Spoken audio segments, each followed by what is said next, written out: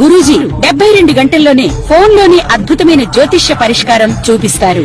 నమ్మండి, నమ్మకపోండి, ఇది నిజం. శ్మశాన కాళి రుద్ర చౌడీదేవి ఆరాధకులు నంబర్ 1 వశీకరణ స్పెషలిస్ట్ గురూజీ. మనిషి పుట్టుక నుండి చనిపోయే వరకు వచ్చే అన్ని క్లిష్టమైన సమస్యలకు పరిష్కారం ఇక్కడ లభిస్తుంది. విద్య, ఉద్యోగం, వ్యవహారం, స్త్రీ ప్రేమ, పెళ్లి, సంతానం, స్త్రీ పురుష వశీకరణం, భూవశం, భార్యాభర్తల కలహాలు, కోర్టు సమస్యలు, విడాకుల సమస్యలు, చేతబడి, అప్పుల బాధ, ఇంకా మీకు ఎలాంటి సమస్యలు ఉన్నా 72 గంటల్లోనే. శ్రీగురుభ్యో నమః. హరి ఓం. జగదం పితరం వందే పార్వతీ పరమేశ్వరం. మిథున రాశి వారు ఈ సంవత్సరంలో ద్వితీయాంక ప్రారంభంలో ఆర్థిక ఇబ్బందులు ఎక్కువయ్యి సతమతమవుతూ తీసుకున్నటువంటి అప్పులు కట్టలేక మనకి ఇచ్చేటువంటి రావలసిన ధనం రాక అనేక ఇబ్బందులు పడుతూ అప్పుల వాళ్ళ యొక్క బాధను తట్టుకోలేక స్ట్రెస్కి గురయ్యి అనారోగ్య సమస్యలు తెచ్చుకుని ఈ సమస్యల నుంచి మనం బయటపడడానికి ఏమైనా మార్గాలు ఉన్నాయా, ఎటువంటి దేవతారాధన నేను ఆరంభిస్తే నా యొక్క స్థితిగతులు మారతాయి, ఎటువంటి మాలను నేను ధరించాలి, ఏ బీజాక్షరాన్ని నేను పఠించుకుంటే గనక నాకు కలిసి వస్తుంది అనే విషయంలో మిథున రాశి వారికి వచ్చేటువంటి జూలై 24వ తారీఖు తర్వాత నుంచి కొద్దిగా ఆర్థిక ఊరట కలిగేటువంటి అవకాశాలు లభిస్తున్నాయి. అందులోనూ మీకు రావలసిన ధనం అనేటువంటిది స్ట్రక్ అవుతుంది. మీరు అప్పులు తెచ్చుకునేటువంటి మార్గాలే ఎక్కువ పెరుగుతున్నాయి. ఈ అప్పులు తెచ్చుకునేడానికి తగ్గేటువంటి మార్గాలు అంటే అంత అప్పుని మనం తీసుకుంటున్నాం, మళ్ళా తిరిగి ఇచ్చేటువంటి మార్గాలు అనేటువంటివి సరిగ్గా దారులు కనబడక ఇబ్బందులు పడుతున్నారు. అయితే ఈ 24వ తారీఖు తర్వాత నుంచి కూడా వీరికి కొన్ని మార్గాలు అనేటువంటివి ఏర్పడుతున్నాయి. ఆ అవకాశాన్ని మనం అందిపుచ్చుకొని అనుకున్నట్టు విధంగా ఈ సంవత్సరంలో అప్పులు పూర్తి చేసి సేవింగ్స్లోకి వెళ్ళడానికి మిథున రాశి వారు ముఖ్యంగా చేయవలసినటువంటి ఆరాధన ఏమిటి అంటే కనుక కుబేర ఆరాధన ఎక్కువగా చేయండి మిథున రాశి వారు. అందులోనూ మీ ఇంట్లో ఉన్నటువంటి దేవతామూర్తి ప్రాంగణంలో ఉత్తర భాగంలో కుబేర ముగ్గు వేసుకుని, కుబేర స్థాన ఉత్తర భాగం కుబేర ముగ్గు వేసుకుని మట్టితో పసుపు ఒత్తు వేసి దీపారాధన గావించండి. ఇలా చేయడం వల్ల మిథున రాశి వారికి 24 తర్వాత ఆర్థిక ఇబ్బందుల నుంచి తప్పించుకునేటువంటి మార్గాలు, అవకాశాలు కలుగుతాయి. ఎప్పుడు కలుగుతుంది? 24వ తారీఖు తర్వాత నుంచి మీరు 26ను పెట్టే మొదలుపెట్టి ఖచ్చితంగా ఒక 9 రోజులు పెట్టండి. కుబేర దీపం రోజు పెట్టండి.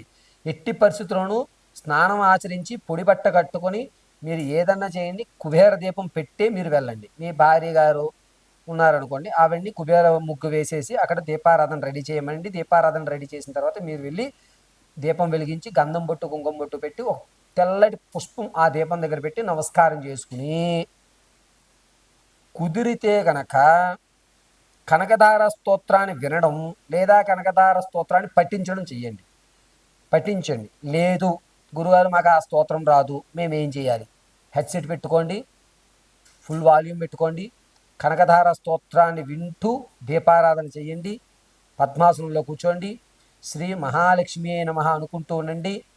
కనకధార స్తోత్రం పూర్తయిన తదనంతరం మిశ్రీ నైవేద్యం పెట్టి అందులో కాస్త భాగం చీమలకి వేసేసి మరి కాస్త భాగం మీరు స్వీకరిస్తే స్వీకరించేయండి, లేదంటే కనుక టీ కాఫీలో వాటిని కలుపుకుని తాగేసేయండి. ఇలా మీరు 11 రోజులు చేయగలిగితే వచ్చేటువంటి ఆగస్టు 19వ తారీఖు తర్వాత సెకండ్ ఇన్కమ్ జనరేట్ అయ్యే అవకాశం కలుగుతుంది. అవకాశం రావడం గొప్ప కాదండి, వచ్చిన అవకాశం నిలబెట్టుకోవడానికి మాత్రం మార్గాలు చెప్తుంది. మీరు ఒకవేళ ఈ కుబేర దీపాన్ని ఆచరించకపోయినా మీకు అవకాశం కలుగుతుంది. కానీ అక్టోబర్లో ఏమవుతుంది అంటే మీకు మీ పార్ట్నర్స్కి క్లాష్ రావడము, మూడో వ్యక్తి వల్ల మీరు ఆ వ్యవస్థ నుంచి పక్కకి జరిగిపోవడం జరుగుతుంది. ఈ 2 నెలలు 3 నెలలు బాగానే ఉంది కదా, గురుగారు చెప్పింది ఏముందిలే అనుకుంటే కనుక తర్వాత అక్టోబర్లో ఇబ్బంది పడి మళ్ళీ మమ్మల్ని సంప్రదించి మళ్ళా కథంతా మొదటికి చేయవలసిన అవకాశం ఏర్పడుతుంది. కాబట్టి 24వ తారీఖు తర్వాత ఆగస్టు 14వ తారీఖు లోపు మీరు ఈ దీపారాధన వ్యవస్థను చేయండి. ఇంట్లో పరిస్థితి బాగాలేదు గురువుగారు, మేము చేయకూడదు అనుకున్నవారు దేవాలయం, ఏ దేవాలయమైనా పర్వాలేదు, రావి చెట్టు మొదట్లో కుబేర ముగ్గు వేసి దీపారాధన చేయండి. లేదు గురుగారు మేము దేవాలయానికి కూడా వెళ్ళడానికి లేదు, కొంచెం ఇబ్బందిగా ఉంది అనుకున్న వాళ్ళు ఏం చేస్తారంటే ఇంట్లో ఆగ్నేయం మూలలో కాస్త రాగి చెంబుతో నీళ్లు పెట్టి సాయంత్రం వేళ ఆ నీళ్లు తీసుకువెళ్ళి, అంటే మీరు ఆఫీస్ నుంచి ఒక 8 అవనండి 9 అవనండి, కాలు చేతులు శుభ్రం కడుక్కోండి, నోరు పుక్కిలించుకోండి, చక్కగా ఆ నీళ్లను తీసుకుని ఏదన్నా వేప చెట్టు మొదట్లో పోసేయండి. దీనివల్ల ఇంట్లో ఉన్న నెగిటివ్ పోతుంది. అద్భుతాలు జరుగుతాయని నేను చెప్పను, నెగిటివ్ మాత్రం పోతుంది. మిథున రాశి వారికి అవకాశం కలిసి వస్తుంది. ఆ అవకాశం అనేటువంటిది నిలబడడానికి ఈ మార్గం పనిచేస్తుంది. ఇంకొక విషయం, మిథున రాశి వారు ప్రతిరోజు కూడాను ఇంట్లో ఏ పరిస్థితిలో ఉన్నా 2 అగరబత్తులు మాత్రం వెలిగించేసి వెళ్ళిపోండి. ఇంట్లో పాజిటివ్ ఎనర్జీ అనేది ఏర్పడుతుంది. మల్లె మల్లె కానీ జాస్మిన్తో ఉన్నటువంటి పెర్ఫ్యూమ్ వాడటం వల్ల మీలో ఉన్నటువంటి నెగిటివ్ అనేది తగ్గి అవకాశం అనేటువంటిది వచ్చింది నిలబడడానికి ఈ ప్రయోగాలు మాత్రమే పనిచేస్తాయి. ఇక వీరు ఎటువంటి మూలమంత్రాన్ని జపించాలి అంటే కనుక ఓం శ్రీ క్లీం నమః అని 54 సార్లు కానీ 108 సార్లు చెప్పగలిగితే అద్భుతం. స్నానం ఆచరించిన తర్వాత కుబేర దీపం పెట్టుకుని, అదేవిధంగా కనకదార స్తోత్రాన్ని హెడ్సెట్లో పెట్టుకుని పూర్తిగా వింటారు. విన్న తర్వాత చక్కగా పక్కగా కూర్చుని లేదా కుర్చీలో కూర్చుని నేను చెప్పిన ఈ మూలమంత్రాన్ని 108 సార్లు పఠించేసుకుని ఈ మిశ్రీ ఏదైతే ఉందో అది స్వీకరించేసి మీ దైనందిక చర్యలు మీరు నిర్వర్తించుకోండి. ఒకవేళ దీపారాధన చేయడం కుదరలేదు అనుకున్న వాళ్ళు 2 అగరబత్తులు వెలిగించేసి నేను చెప్పిన ఈ మూలమంత్రాన్ని 108 సార్లు పఠించుకుని చక్కగా ఒక ఇలాచీ కానీ లేదా కొంచెం మిశ్రీ కానీ పరమేశ్వర అర్పితం నోట్లో వేసుకుని మీ యొక్క కార్యక్రమాలు నిత్య విధులు చేసుకోండి. ఇలా చేసుకోవడం వల్ల వచ్చేటువంటి 24 తర్వాత మీకు లభించేటువంటి సెకండ్ ఇన్కమ్ అవకాశం ఏదైతే ఉందో ఆర్థిక ఇబ్బందుల నుంచి తొలగడానికి అవకాశం ఏర్పడుతుంది.